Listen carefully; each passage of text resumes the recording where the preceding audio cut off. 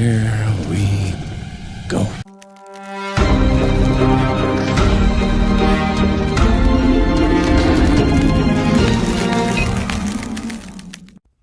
Hey, what's up, everybody? Jasper Gonzo here. Another episode of What's Next. Good Wednesday to you. The ever ongoing drama that is the Kyle Rittenhouse case. We have seen, as I've said in previous videos, the good, the bad, and the oh fuck moments. And of course, that all came, well, the good came from what we know. The bad and the oh fuck moments came from the prosecution. And of course, every time they had a star witness or they put out their arguments, they made fools of themselves, including, to wrap it up, their wonderful prosecution team led by the DA, who actually grabbed the AR-15 that Kyle Rittenhouse had and literally pointed it at the jury and the witnesses there and those there for the case. Literally pointed it at them with his finger on the trigger.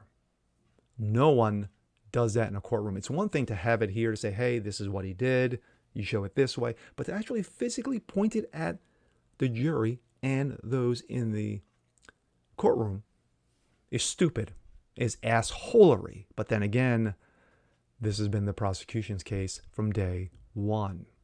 Now, with that said, it's now in the jury's hands.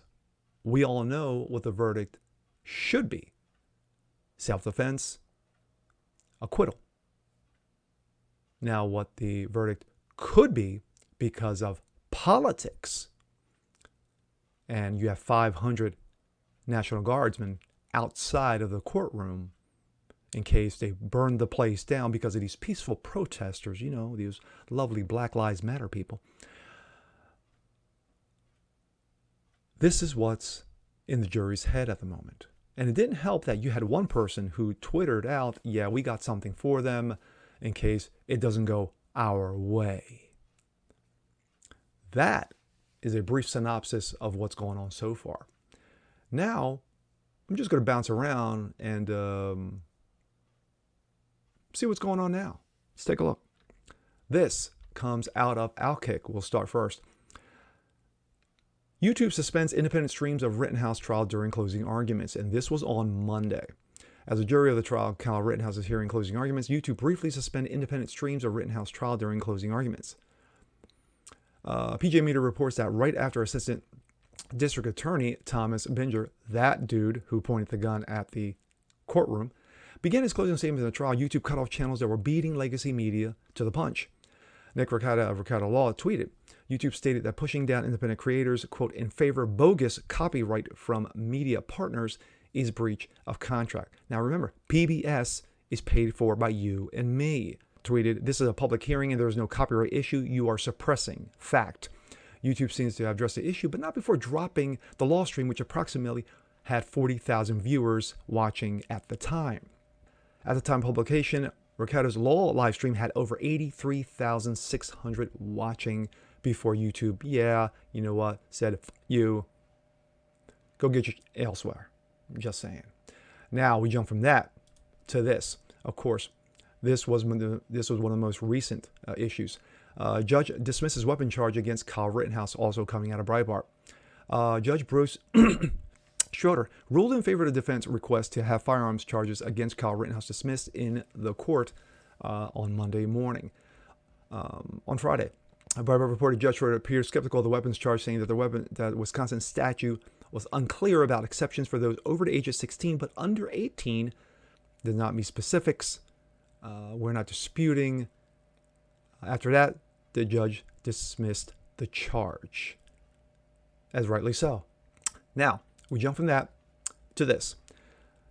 Also in Breitbart, no verdict. Judge retires Kyle Rittenhouse jury after 8.5 hours of jury deliberation. No verdict has been reached as of yet. The murder trial of 18-year-old Kyle Rittenhouse on Tuesday night after 8.5 hours of deliberation. Attorneys from both sides now have gone back to the judge's chambers. Kyle Rittenhouse did not join them and is sitting at the defense table. Exactly why the jury has not settled on a unanimous decision remains unknown at this time. After the judge retired them for the night, they were ordered not to avoid discussing the case with anyone and return 9 a.m. this morning. Let's see. Signs of deliberation would go on longer than expected began to show earlier in the day when the jury broke for lunch. The jury will consider 2 charges of first-degree murder with the ability to convict on a lesser included offenses. It will also consider 2 charges of reckless endangerment, 1 charge of attempted murder, a curfew violation. The prosecution spent most of its closing argument behaving as a team of defense lawyers attempting to poke holes in the defense argument that Rittenhouse had acted in self-defense when he shot and killed 2 rioters and wounded 1 August 25th of 2020 during those wonderful, peaceful protests led by Black Lives Matter. Now, I'm going to wrap this up. Guess who's back in town, bitches? This comes out of Breitbart. Nick Sandmann to Kyle Rittenhouse, I got your back. Covington Catholic student Nicholas Sandmann has offered a voice of support for 18-year-old Kyle Rittenhouse, having previously been slandered as a racist white supreme by the left-wing media. Excuse me, sorry about that.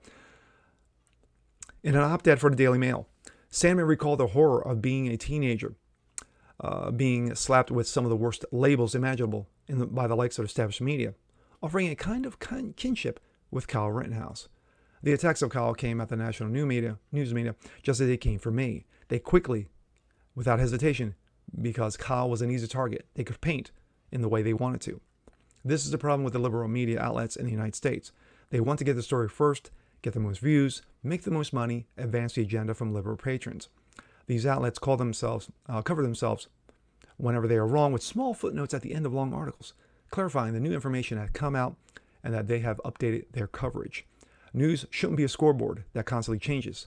News is about coverage that includes a statement of facts, does not need to be corrected. But the liberal media doesn't do this. The liberal media rushes to be first to report, and yet when you rush to judgment, stupid shit happens. Sandmann further scolded politicians and media figures like Joe Biden, LeBron James, telling them all to shut up before rushing to judgment. Dementia, for instance, referred to Rittenhouse as a white supreme, Sandmann said. From my own experience, the death threats, feeling of no future to your head, that millions of people hate you is enough to alter you in many concrete ways and permanently. Make no mistake, even the strongest people cannot resist the mental impact from the media war machine targets you. After exploring the possibilities of whether Rittenhouse should sue the establishment media, Sandmann offered his sympathies. At this time, I would like to use my platform to let Kyle know that I am here for you. And if you ever would like to reach out to me, I am about the only person our age to have an idea of how the media is treating you. The way the media has treated you is terrible. You don't have to face it alone. Sandmann was thrust into the national spotlight in 2019 when mainstream news outlets like the Washington Post, CNN, which of course he sued both, and made buku bucks. Yeah, he got him. Reported that several of his fellow students harassed a Native American man, Nathan Phillips, while attending the D.C. March for Life. Phillips told media outlets that the Make America Great Again hat-wearing boys blocked his path and taunted him with racist slurs.